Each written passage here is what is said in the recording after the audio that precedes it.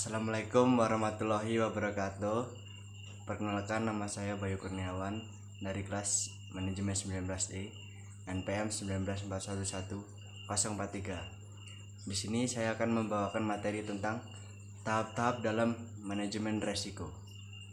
Oke, yang pertama yaitu identifikasi resiko.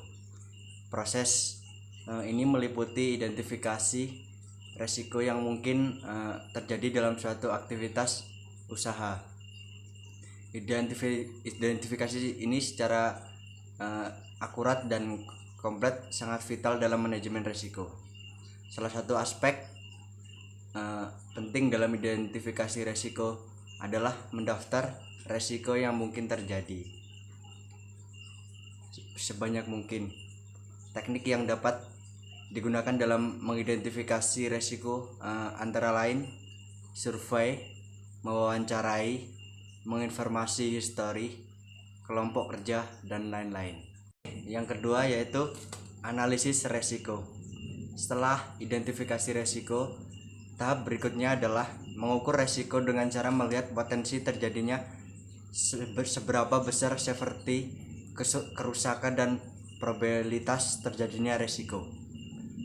Penentuan probabilitas terjadinya suatu event sangatlah subjektif dan berdasarkan nalar atau pengalaman. Berdasarkan resiko memang udah atau diukur, namun sangatlah sulit memastikan probabilitas suatu kejadian yang jarang terjadi. Penting untuk menunjukkan dugaan yang baik agar nantinya kita dapat memprioritaskan dengan baik dalam implementasi perencanaan manajemen risiko. Juga yang ketiga yaitu pengelolaan manajemen risiko. Ada beberapa jenis pengelolaan manajemen risiko. Yang pertama, risk avoidance, yaitu memutuskan untuk tidak melakukan aktivitas yang mengandung risiko sama sekali.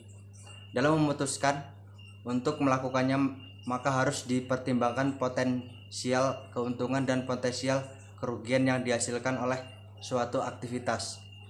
Yang kedua, risk reduction, disebut juga risk mitigation, yaitu metode yang mengurangi kemungkinan terjadinya suatu risiko ataupun mengurangi dampak kerusakan yang dihasilkan oleh suatu risiko. Untuk mengukur bobot risiko, kita dapat menggunakan skala dari 1 sampai 5. Yang pertama, skalanya sangat rendah dan probabilitasnya kita hampir tak mungkin terjadi, dan dampaknya sangat kecil bagi perusahaan. Yang kedua yaitu rendah, skalanya rendah, kadang juga terjadi, kadang tidak, dan memiliki dampak kecil pada biaya, waktu, dan kualitas. Sedang skala yang ketiga yaitu sedang, mungkin tidak terjadi dalam probabilitasnya, dengan dampak sangat pada biaya, waktu, dan kualitas juga. Yang keempat, tinggi, mempunyai skala yang tinggi dan mempunyai probabilitas sangat mungkin tidak terjadi. Dampaknya memiliki subtilitasi pada biaya, waktu, dan kualitas. Skala yang kelima sangat tinggi, hampir pasti terjadi pada suatu probabilitas, dan memiliki dampak mengancam kesuksesan proyek dalam perusahaan. Oke, selanjutnya yang keempat yaitu pentingnya mempelajari manajemen risiko.